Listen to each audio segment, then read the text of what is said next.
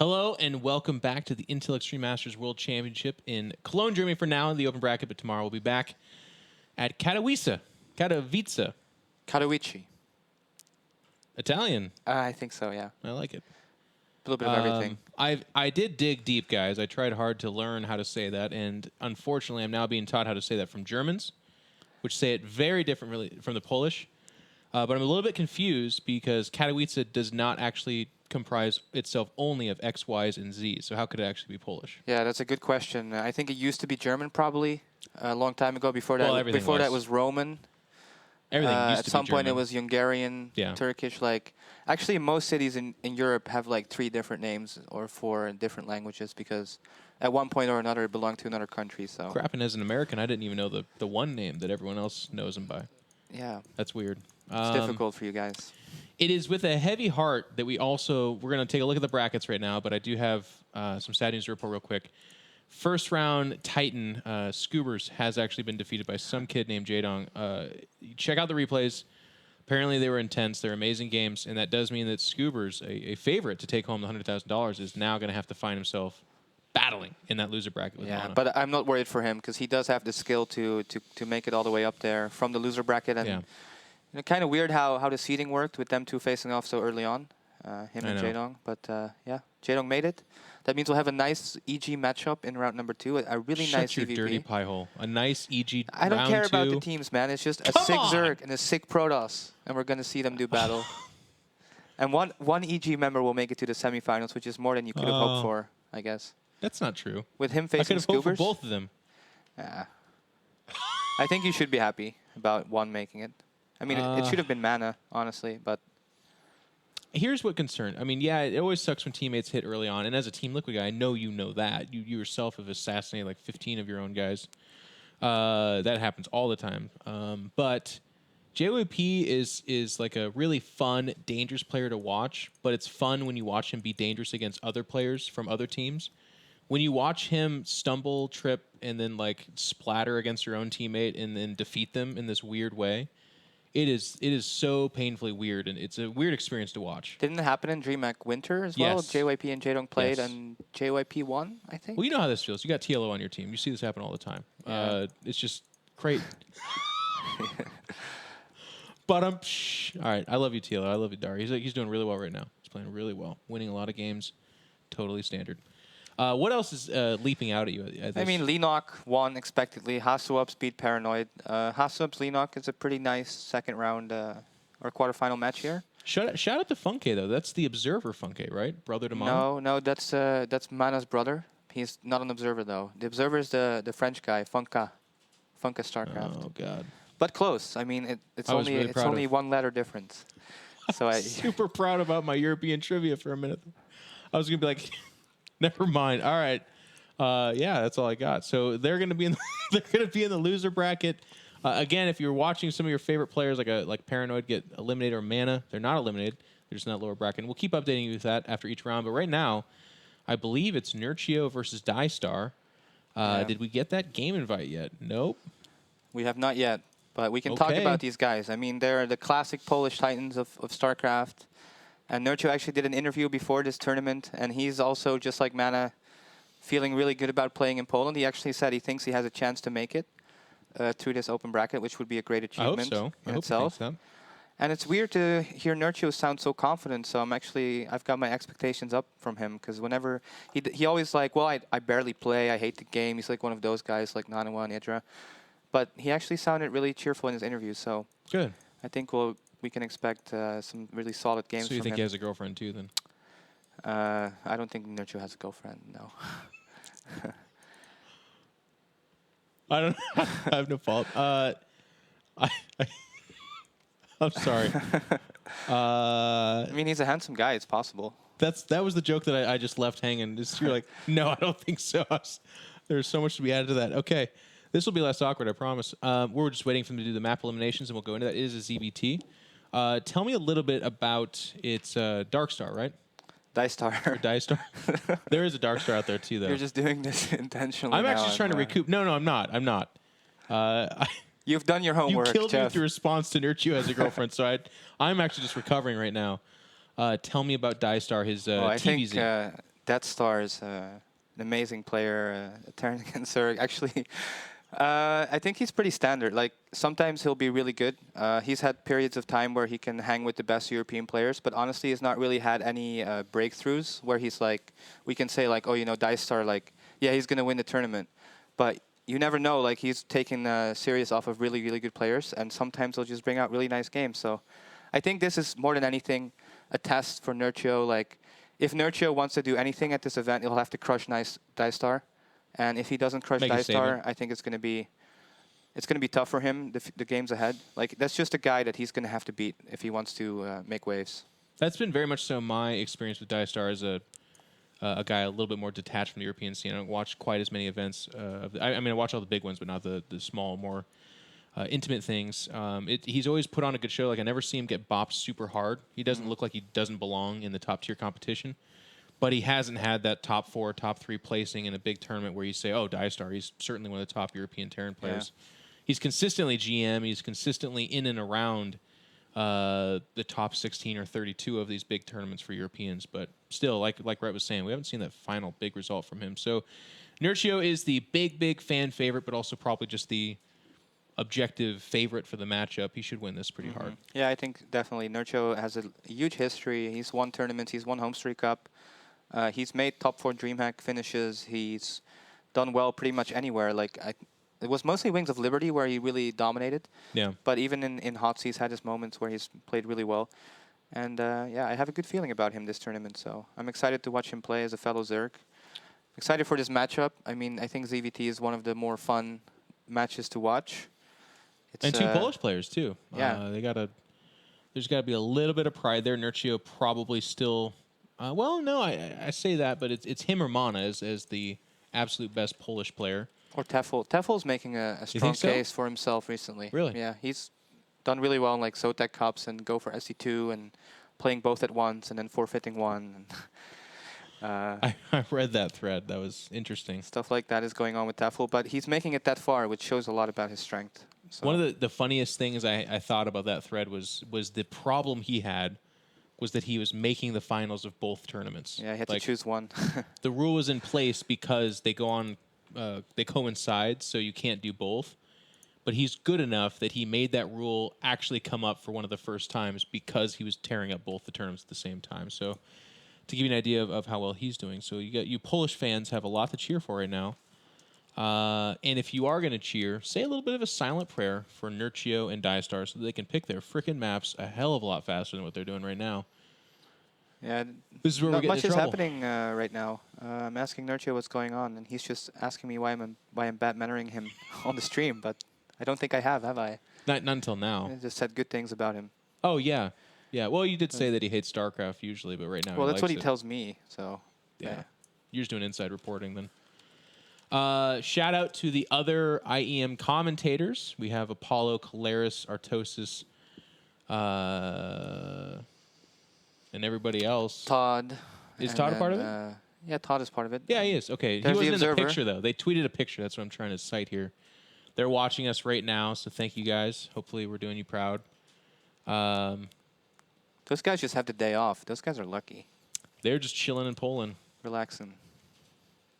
That's that cushy caster life, though. You know what I mean? They pull in us ex-pros, make us do the dirty work, and then the casters are riding around on golden elephants, just like throwing. They're probably having money thrown at them usually. They don't do the throwing.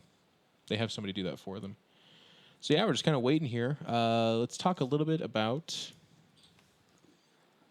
what do you anything. Think? We can talk about the fact that the winner of these players will have to face Hyun. Oh, is that already determined? Is like, it's going to be really, really hard no matter who wins. But I feel like Nerchio Hyun. Nerchio might actually have a chance there. It's kind of hoping to see that match, honestly, especially with Hyun just losing the snoot in the. That's what I just watched. Yeah. Story Cup. So he looks pretty vulnerable, ZVZ. He can't. Hyun's interesting though. Like you were saying. Like I've also seen him. I mean, he beat. This is going back a little bit further, but he beat Jaedong at the final of a DreamHack in ZVZ. At that time, Jaedong was cemented as like perhaps the best ZVZ player. So Hyun's like all over the board. I've also seen his ZVT look really bad. Then I've seen it look absolutely stunningly incredible. Like I feel like he's a pretty volatile player. I don't think of him as super consistent. His results are consistently really high because he's just that good. But I don't think he maintains his top tier play all the time. That's I guess the point I'm trying to make. He's also had that trouble with his team last year, which seems to have affected him a little bit. And but I've been waiting, like thinking of 2014. He found his new team, Rocket, and I think it should be a good year for him. But I'm still kind of waiting for him to find his former form. Is it a team or like a sponsorship? Is there anybody else on Rocket? Demaga is on Rocket. Demaga's there. Oh, that's right. All those commercials. Yeah, that makes sense. Yeah, those really good commercials. Starts with him like punching. They're good. If you've watched Home Story Cup, you know exactly what we're talking about. Well, we're in the game. We're almost ready to go. First map is going to be Daedalus Point. Tell me about ZVT here, please. Well, this used to be one of the maps that Terrans really, really hated, and I'm sure Protoss players as well, just because of the huge ramp. So it was really susceptible. I took one look at it and vetoed it. It was instant. Yeah, to Roach Bane all-ins. But now that the ramp is a lot smaller, I feel like it's actually a pretty good map for Terran against Zerg. The expansion paths are pretty predictable. It's not like there's a ton of bases on the map. It's pretty easy for Terran to just pick a location and decide, okay, that's where I'm going to make my rally point, you know, the whole Marine medevac Widow Mine thing that they have going on. And I think it's pretty nice map for Terran. But it's not like exceptionally favored either way. Well, it's interesting, too, that you say that because, again, when I think of Nerchio in the ZVT matchup, I think of roaches. That's something that he's been doing for a long time. But like you, I haven't seen him play ZVT in quite a while, actually. It's been a lot of ZVP, and I've seen him in ZVZs at sometimes. But the Terran breed in general seems to be dying off, so we don't see it nearly as much. I think this map with the really wide open third base, it could potentially be a really, really good map for some kind of Roach Hydra timing attack, especially with Hydras now being a little bit better. And I think Nerchio has played that style before, so we might actually be seeing that from him. It could definitely be a possibility here. And from what I have seen of Diestar, to go back to a comment you made earlier too, he is predictably pretty straight and narrow, I feel like. I've seen some turtle mech out of him where the map permits, but I don't think Daedalus necessarily lends itself that way. It's very wide open in the middle. The bases are kind of spread out around the perimeter as opposed to concentrated in the center. So I feel like you're right. We'll see just that classic kind of three-base parade push from Diestar. And the big question mark is what kind of, in my opinion, ZVT are we going to see from Nerchio? Is it going to be just strong Roach Hydra, like you said, timing attack? Roach Baneling is a classic. And then I've even seen him do just straight Roach into Muta. It delays the Muta a little bit, but those Roaches add really good coverage on the ground. Yeah, and also it makes Terran really guess, like, are you doing a big Roach attack or not? And then the Mutas come out. So yeah, there's a lot of possibilities here for Nerchio. But I'm just excited to see him play because it's been a while. I don't think I've seen him play WCS, or I have. No, it's been a while. He made it at least. He made it to the round of 16. Yeah. It's a good achievement for him. He's motivated, one of those proteges of the game where he's been able to be a good student and also a fantastic StarCraft 2 player pretty much forever. All the while maintaining that classic Nerchio charm, too. Just sweetening hearts right and left all over. Even pro gamers fall in love with him and post pictures on Twitter. My buddy Kane, man, he had a whole romantic. Did you see that whole explosion? The bathtub. The bathtub picture. Experience. That was a little bit too much for me. I don't like seeing hairy legs, and hairy legs in the soapy bathwater was so much for me. But I recovered. I made it out of that alive. Rhett, take me through the emotional roller coaster that is your player introduction. All right. So in the bottom right, it is the Acer Zerg player from Poland, Nerchio. Nicely done. Your turn. In the top. Oh, what is that? What does that mean? You speak. I don't speak Polish, but I think it means good luck or something. Arturek means Artur, though. It means Artur, yeah. Yeah, I don't know why they add the EK. Yeah. Top left-hand side from team something I don't know. What is that? Is that Millennium? Mm-hmm. They just added like You should know that. Come on. Well, I know It's Millennium, but is man. that an inner bracket? What is that? Yeah, I'm not sure why they do it like that. That's new, though, right? It used to just be M. No, I think that's been around for a while. How long's a while? Like, 8 months or 8 a year, months? maybe even from the beginning. God, that would be strangely bad for me. All right. Top left-hand side, the Polish player from Team Millennium. It is Diestar. Yeah, and there he is. And he's actually opening for a barracks, so it looks like he will go for a Reaper or something here first. And Nerchio so far not doing anything special, so probably going to see 15 hatch against Reaper. Which would be super classic. Every time I see ZVT, well, not every time, but I guess 98% of the time I see that Reaper opening. But when do you take the gas? Because I think we're pushing it here a little bit, aren't we? At 14 supply. Yeah. Normally you take it a bit faster, so it looks like you might want to do something else. Maybe he's going for a Marine to try and kill the Overlord. One Rax expand, just the straight Wings of Liberty in it right now. But I don't think that's a good opening unless you actually kill the Overlord. But looks like Nerchio actually sends his Overlord pretty safely, so he's probably not gonna lose it or anything. That's super safe, by the way. I mean, even his second Overlord is like extremely safe at the bottom of the map. So maybe he knows about Diestar and his cheeky Marine ways. I do like it when I see Terran players hunt Overlords, but to your point, in this case, just flat out, it's ended up being worse. I feel like that Reaper opening gives such great map control. It doesn't necessarily force a gas out of the Zerg by any means, but if they do go with the gas expansion, that can delay the third a long time as well. Because that Hellion follow-up makes it super tough to take the third safely, especially at the ramp like this. Nerchio even sending a drone out preemptively to just be safe against any kind of bunker rushes that he might be expecting. But there's nothing here, so he doesn't have to worry, and he doesn't have to take his gas either. So I think for now, the openings worked out quite well for Nerchio. You do like this then? What do you think about gasless versus the Speedling opening? I think against anything that's not Reaper, gasless is better because you just get more mineral income. Okay.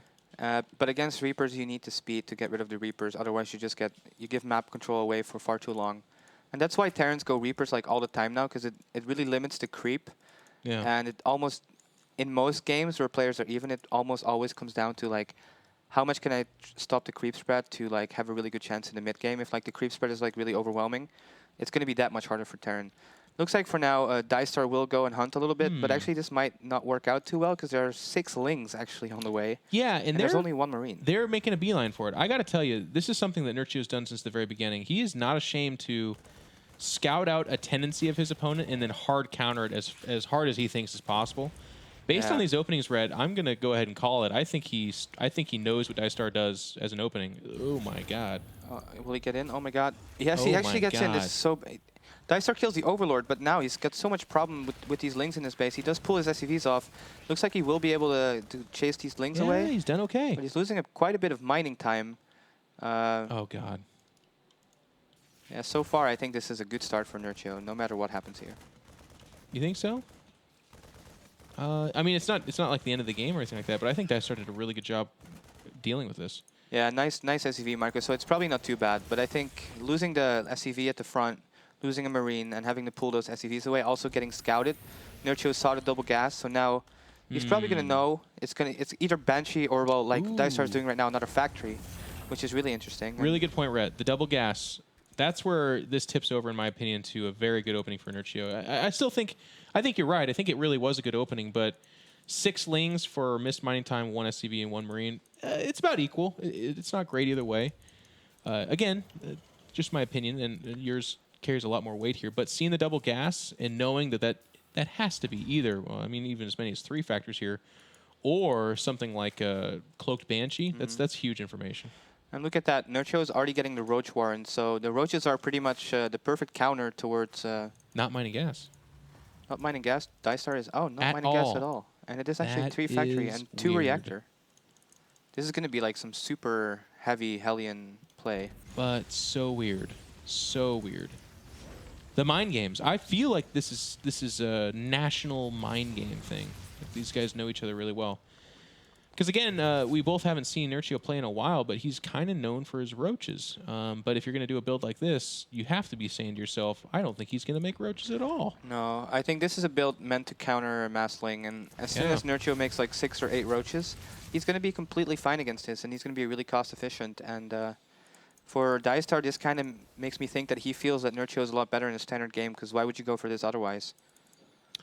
Yeah, he's going to have to start hiding the Hellions right now, because he's got 4 out there. They're getting picked off. The red one does die there.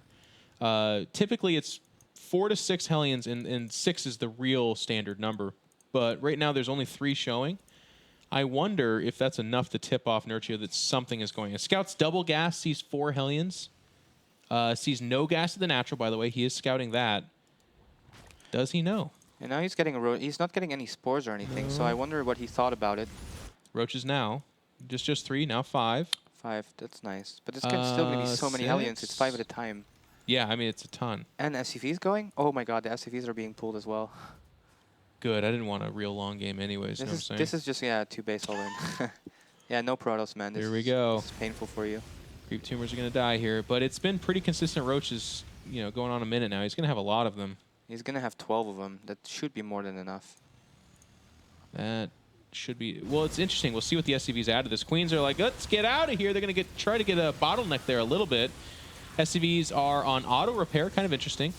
The Hellions doing their work, though, and they're not in a great position in terms of giving a lot of splash damage over to Diestar, but he's trying to make do with what he's got. But I think he's just getting thinned out here. There's no way. Yeah, with the Spine, with the Queens, with that many roaches, this has just been totally destroyed by Nerchio, and Diestar almost kills nothing. He kills 12 drones. And by not mining gas, he has to be worried about the weird counterattack as well. I mean, it would be almost silly to counterattack because there's going to be so many Hellions on the map that they could just swing by through, but... Yeah, there were some more in the natural, killing a few more drones, total of 17. But now Roach Speed is on the way, and yeah, no way for him to come back from that. What very strange all-in. I mean, what a weird all-in, really. It is weird, but here's the thing. I think you hit the nail on the head earlier when you said this is designed... I mean, this is going to be like Captain Obvious statement of the century, but it's designed to face a Mass Ling opening. If this is Mass Ling, this optimized 3-factory 2-reactor pure Hellion build will absolutely spank it. Like, unless you also have 7 Queens and 5 Spine Crawlers, there's no amount of Lings on planet Earth that'll stop that from happening. But I feel weird because even me, the stereotypical disconnected American from the European scene, knows Nerchio makes a lot of roaches in the ZVT matchup, and you do a build that's going to pray that there's no roaches. Yeah, very strange choice. I mean, it would make sense doing it against a Zerg like TLO or Snoot, or maybe not Snoot, maybe myself, or Vortex, who really likes Lings. But against Nerchio, that was really kind of a long shot. And, well, it is okay for him to take a bet like that. Sure. I mean, he's playing against Nerchio, which is really tough. So, I mean, it didn't work out. But it was a nice try. And Nerchio not making any mistakes. He really was on top of his scouting. Nice move there with the 6 Lings, a special Nerchio touch. That worked out. It's worth noting, too, that, again, you and I both recognize that Diestar is not necessarily far and away the underdog in this matchup, but he certainly was the underdog. And if you're in the underdog situation, especially in a best-of-3 at a tournament like that, you should take a risk. You should take risks. If you play completely standard and hope to beat someone that is objectively better than you, I mean, more power to you. That does happen every once in a while, but you're basically hoping that they play beneath their level, or through some weird event of transcendence, you play above your level. It's probably better that you take some risks, try to throw them off their game, then fall back on standard play while they're rattled or something like that. Yeah, and maybe he just didn't like Daedalus Point that much, so he thought, okay, this is the map I'm going to do this on. The next map will be Frost, so I feel like this is again a 4-player map, so it's a little bit harder to really surprise your opponent with like a 2-rack or something like that, or a proxy building. So I think from Diestar, it seems like he doesn't like Reapers so much. So maybe I would like to see him go for CC first or something like that. There was really no point to going. There's also no point to going Marine first. It's like it's economically worse than CC first, and it's worse for map control than Reaper first. So I think you called it correctly as well, though, when you said that basically the only point of that opening was to hunt Overlords, which does make a little bit more sense on Daedalus because it's such a wide open land-based map that unless that Overlord makes the beeline right for that chasm behind the natural, it's probably in a fairly exposed spot. Unfortunately, that was another gamble that was kind of like, I'm hoping that Nerchio takes risks, but Nerchio doesn't really take risks. He's very conservative. He'll throw in, well, it's too broad of a statement to make. He does take risks, but I guess what I'm trying to say is where he doesn't have to, he doesn't really take risks. Not too often. Yeah, and last game kind of just got thrown at him, which seems to happen often if you're Nerchio. People seem to be intimidated. People are scared, and people just do funny builds. And most of the time, the funny builds don't work as well as the real builds. No. That's going to be a game that Diestar is going to fast put behind him. It's unfortunate that, when a match like that gets broadcast, everyone looks and they're like, what a terrible idea and so bad. It's really not. You got to think of the series as an entity. He played that as game number 1 of a best-of-3. That was not just a random ladder game where he's trying some weird build. That was a fixated build that he thought, albeit in the end, it ended up being a long shot. If he's facing a Ling opening from Nerchio, he's going to get a quick, decisive, cheesy win and throw him off his game plan. But as it is, he's now playing behind both mentally and, of course, against the juggernaut that is Nerchio. So where does Diestar go from here? As you had said on Frost, another 4-player map. It's going to be kind of hard to do a super cheesy opening like Proxy Racks or something like that. So I hope and I think we can just see a straight-up macro game from Diestar. I think that's where he really shines. Where I've seen him impressive is when he does that. The standard games, yeah, where he looks like a top European. And yeah, on Frost, I think that's going to be pretty much what he has to go for here. And also, these guys have known that they're playing each other for a long time now, so they have had time to prepare those special things. But I can't imagine Diestar once again having something crazy up his sleeve. He's going to go back to his bread and butter and go for a 3CC play, I'm pretty sure. I think you're right. Rhett, serenade me with that sweet, sultry voice, please. All right, so in the top left of Frost, it is the blue Terran player from Poland representing Millennium. It is Diestar. See, isn't it just as weird, though, when I make a zero sounds at all? A little bit. So weird. All right. You just muted me again, you son of a gun. His opponent, leading 1-0 in this best of 3. His countryman, Acer's Nerchio. Game paused. And with that game pause, let me pose a question to you, Rhett. As a man, you're born and raised in Europe, right? Yes, I am. You're of the European people. Why are Polish people so angry when they play RTS games? Tefl, Diestar, Nerchio, not Mana, which makes me think that he's probably something else, like German or French or something. But I think the Polish have just been, they're just an angry people. They have not. Do you think so? Yeah. Well, I think, I don't know. They're like, they haven't been too fortunate throughout the history of the world.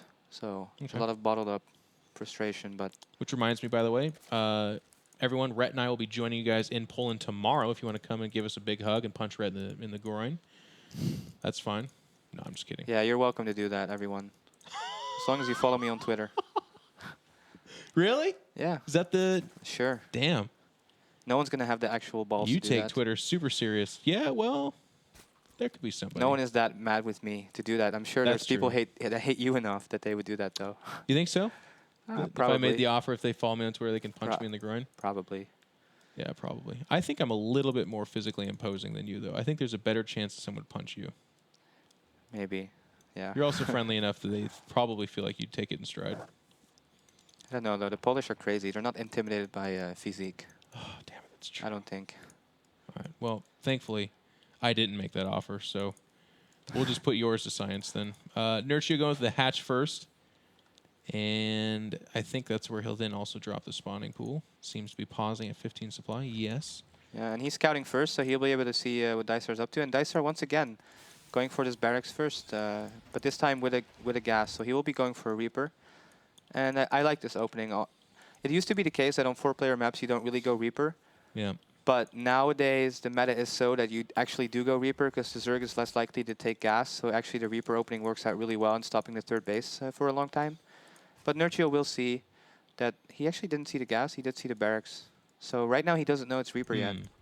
And he might not take his gas. So he might end up in a situation where he'll have a really hard time taking his third hatchery, which is good for Diestar. Yeah, and Diestar actually scout him out too. Scout him first with the SCV there. Of course, with the Overlord revealing the spawning location of Nerchio, he always had an idea, but it's nice to see that gasless opening with the SCV as well. So that difficult situation that Rhett just pointed out for us very well could be something that Diestar is fixated on. He's sending his first Reaper over there. Will he send the second one? Interesting to see. He's going to build on the low ground there, so it gives reason to keep the second one back, but he's actually got it rallied over there as well. Yeah, and the 4 lings are out now, and there are no lings out on the map, so he's fine sending his second Reaper. But actually, there's 2 lings now sneaking on the bottom, and the Reaper is not going to catch that. Actually, this Reaper has to be really careful. It's really low health right now. 5 HP, 1 more hit, it will die. And now this is going to be really good for Nerchio, because these 2 lings made it through the bottom. The second Reaper is now joining the first Reaper, but there's nothing else being made. There's a reactor being made, so there's no units whatsoever. So either these Reapers go back, or he somehow deals with these 2 Zerglings with just SCVs, which is not a situation you want to be in. Well, more specifically, SCV's building the command center, like inside the main base. Of course, that wouldn't be an issue at all, but here we are. And this is not game over, but it's a big pain in the butt. Super big pain in the butt. Yeah, now the Reapers have to go all the way back. Actually, the Lings also see that third command center? Yes, they do. They see everything that's going on. He knows he doesn't have to worry about he doesn't have to worry about Reapers right now. This would be like the perfect time for him to take his third base because the Reapers are away. And this gives Nerchio such a nice start to this game, actually. Yeah. Really, really big deal. So, ladies and gentlemen, if you're a Terran player at home, that's why you leave that second Reaper at home. Because otherwise, those two Zerglings get intercepted. The command center finishes just fine. And he does exactly the same amount of damage he did with his Reapers in this game, where he committed 2 of them at the front of the Zerg base. So that's honestly part of the reason why that plays out exactly the same every single time, is because Terrans, when they try to get greedy like that, they end up getting punished more likely than not. Yeah, Nerchio is not done yet. He once again sneaks out 3 Zerglings. Not sure what these are going to do. It doesn't look like he took his third base yet, so he still has a bit of a problem dealing with these Reapers, and the first 2 Hellions are already on the way. But he's getting actually a Spine and Link Speed, so it looks like he's totally happy taking a conservative approach to He's this also map. mining off those 2 gases already as well. Not just stopping at speed. I don't know that this is... Normally you keep mining, you just go for the double evolution chamber or a lair, which, yeah, he's going for a lair. So he's going to go for reasonably fast mutas here. Super fast. Nice, good opening, I think. They're unreasonably fast. It is unreasonable how fast these are. Yeah. It's just a different build. It's a Zerg thing, you know. Is it? You guys cancel buildings. We take our gases quicker. We take it a little bit different every once in a while. There are some nice nuances to our play, man. Here is those 3 Zerglings. They're going to hop in there and grab a mule for themselves. And that's really, it's almost done, though, so it could have been really nice, but it's still annoying. He has to pull the SCVs away. And he's going to lose just 1 Marine, I guess. Maybe 2. Yeah, it's kind of been pretty bad micro there, but I mean, yeah, he loses 2 Marines. Okay. Still nice from Nerchio, though. It's cool. I mean, he got a mule and 2 Marines, so definitely worth it, obviously. Even if the mule was almost done. And there is that double Evo, like you said, as well as Lair. So is it really for Spire? Can you go Spire and double Evo melee upgrades like this? I feel like it's going to be an Infestation Pit or something, right? No, it's definitely Spire. It is a little bit... Oh, it is Spire. It is a lot, so it's not like he's going to be able to make 10 mutas by the time the Spire is done. But it times out quite nicely. It's something that I think Scarlet plays like this as well, where you just... Against Reaper, you don't try and push the issue with the third base. You just get your speed, you get your lair, you get your upgrades. Like, okay, I don't want to fight you because, like, Reaper Hellion is very, very strong against Zerglings. But this has worked out really, really nicely for Nerchio. He's in such a good position. His third base is almost instantly going to be saturated because he overmade drones. He's already at 55. And this Reaper Hellion by Diestar is just sitting in the middle of the map and has done pretty much nothing at all. No. Normally, Reaper Hellion is very scary to deal with, but in this game... Because of the counterattacks, because of... And 3CC, though. Yeah, 3CC. That's one of the big dampers on how effective that's going to be. But normally you can still get a lot more done. You get like 6 or 8 Hellions maybe instead of just 4. It's worth pointing out, too, Diestar was way off on this. I mean, this is a big counterattack coming in here. And actually with Marines inside the main, they do have stim, but... Well, actually on that bunched up position like that, I guess they can hold it off. So they're going to be just fine that way. And now the Hellions come back, and all of a sudden this is a potentially sticky situation for Nerchio. But to finish my thought, these missile turrets have been up and going for like a solid 2 minutes, way off on the Spire timing. Typically, you want to wait until the Spire has just finished or a little bit even after that, and then start the missile turrets. Again, that's my super try hard nitpicky thing. Like that's not game ending, but it is worth noting for people out there that is one of the ways you can optimize your TVZ play as well. Yeah, Nerchio has not been stopped doing anything. He's got his 4th base going up now. He's got his Spire is finished. His creep spread is looking really nice. Yeah. He's up to 70 drones. And basically Nerchio it's like he's playing against a computer because he just hasn't been blocked in anything he wanted to do. At the same time, Diestar is not falling too far behind. He is getting his 3rd base now. He's behind on upgrades a little bit. He is getting combat shields. He is adding his armory. He is getting a lot of production now. He's going to be able to make 10 Marines at once or 9. But Diestar here, he's going to have to get something done with these first medevacs. Yeah. Because otherwise Nerchio's just going to be out of control. This window of opportunity is kind of closing. Milos are already out, so drop play, while still strong and dangerous, of course, is not going to be invincible in the sense they can just pick up and leave. There will be Milos to threaten those medevacs. We're going to have a big surround coming here, trying to keep those Marines trapped. Baneling's waddling, and they don't quite have speed, but they are on creep. And it looks like the majority of this Bioforce, nay, all of it, is going to get cleaned up here. The medevac trying to boost away, running out of juice here just a little bit, and it looks like the persistent Nerchio is going to try to capitalize on that as well, but he does not get it. Third base is going to start getting mined here, but to your point, Diestar so far This has not been good. He hit a late timing, and by hit, I mean got punched in the face. He hasn't really done much to stop anything, really. Yeah, Nerchio with these fast mutas, it's really nice. Like, normally you spend a little bit of time, because you take those later gases and you take your lair later after the upgrades. You spend a little time just defending medevacs. And the Terran is able to just kind of run circles around you if they do it really well and drop everywhere. But Nerchio this game, he's got the really fast mutas, he's got the economy, he's got everything going for him. I'll have to look at this builder actually, because everything timed out really, really nicely for him. And from this point out, he's on 75 drones, he's on 4 base, and he's just pushing Diestar back. Diestar is trying to make a move, he's just losing medevacs for it, just from moving out. And now Nerchio moves in, and he's going to be able to get a lot of damage done here. You know, it almost comes with too strong of a connotation, but you had said it earlier. It's like watching a pro versus a computer right now. Like, every single move is just disgusting. All the SCVs just got lit up there by a couple of Banelings.